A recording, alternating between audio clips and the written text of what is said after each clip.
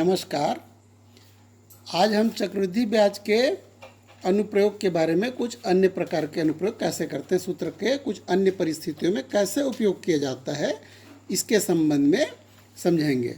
तो जैसे कि सबसे पहला चीज, जैसे हम सोचते हैं जनसंख्या का वृद्धि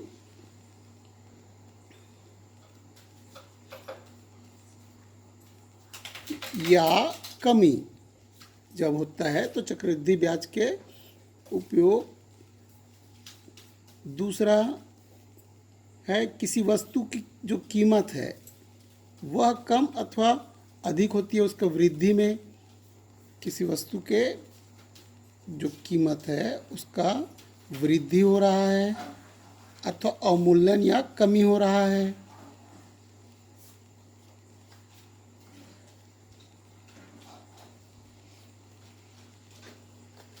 तीसरा है जब ब्याज की दर जो है लगातार वर्षों में अलग अलग हो।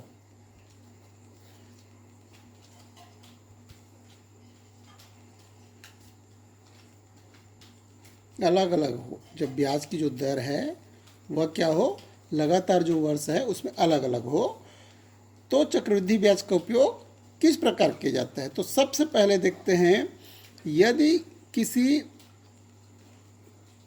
शहर की या किसी देश की जनसंख्या में वृद्धि होता है, जनसंख्या में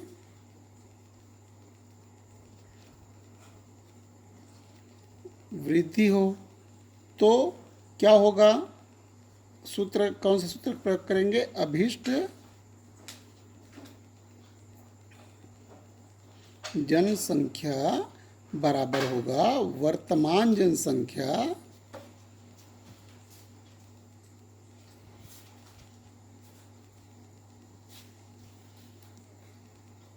एक धन क्या हो जाएगा, दर बटे 100 और पूरे का घात हो जाएगा यहाँ कोष्टक में समय।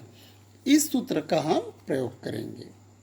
अब यदि जनसंख्या में कमी हो रहा है तब क्या होगा,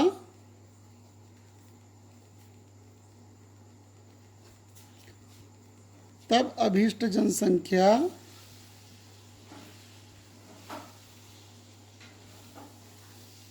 बराबर वर्तमान जनसंख्या, एक यहाँ पर हो जाएगा ऋण दर बटे समय। अनेक बार बच्चे इस चीज़ को ध्यान नहीं देते हैं और धन का ही प्रयोग करते हैं, और इस प्रकार से उनका जो ब्याज है, जो अभीष्ट जो जनसंख्या है वह गलत आ जाता है। तो यहाँ पर क्या होगा, जब कमी होता है तब यहाँ पर क्या होगा, एक ऋण दर बटे 100 होगा। अब जब किसी वस्तु की जो कीमत है उसमें जब वृद्धि होता है तब क्या होगा, अभीष्ट मूल्य बराबर हो जाएगा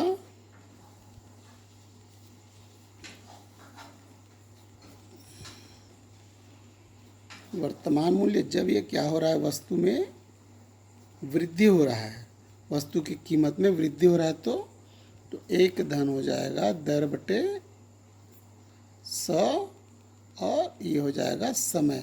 और वैसे ही वस्तु की कीमत में अवमूल्यन हो रहा है या कमी हो रहा है तब क्या हो जाएगा,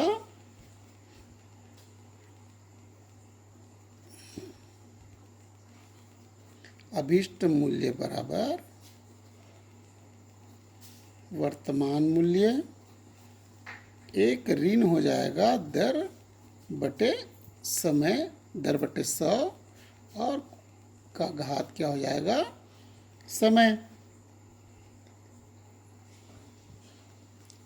अब लगातार अगर अलग अलग ब्याज की दर लगातार वर्षों में अलग अलग हो, ब्याज की दर अलग अलग लगातार वर्षों में अगर अलग अलग हो,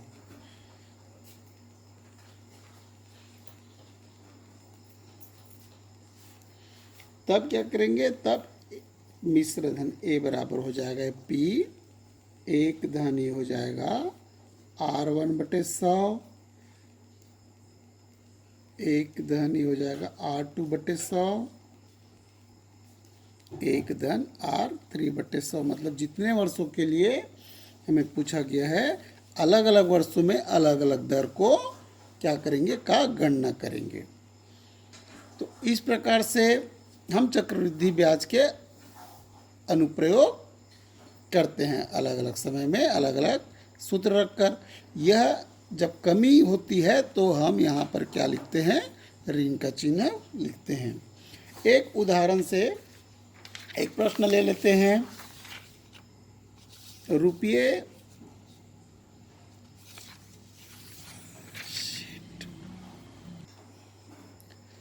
किशोर ने 55,000 रुपये में बाइक खरीदी। यदि बाइक का अवमूल्यन या कमी 8% वार्षिक दर से होता है तो 2 वर्ष पश्चात बाइक का मूल्य क्या होगा। अवमूल्यन हो रहा है वस्तु का, तो हम कौन से सूत्र का प्रयोग करेंगे, अभीष्ट मूल्य बराबर वर्तमान मूल्य एक ऋण दर बटे 100 का घात समय। तो यह हो जाएगा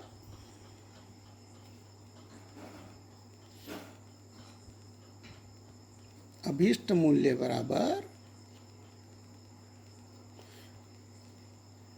वर्तमान मूल्य एक ऋण ये हो जाएगा दर बटे 100 और घात हो जाएगा समय।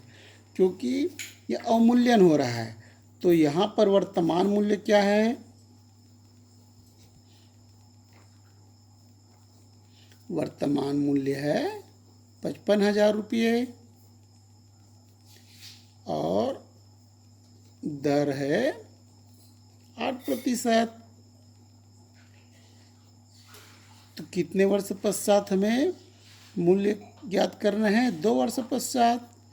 तो 2 वर्ष पश्चात अभीष्ट मूल्य हो जाएगा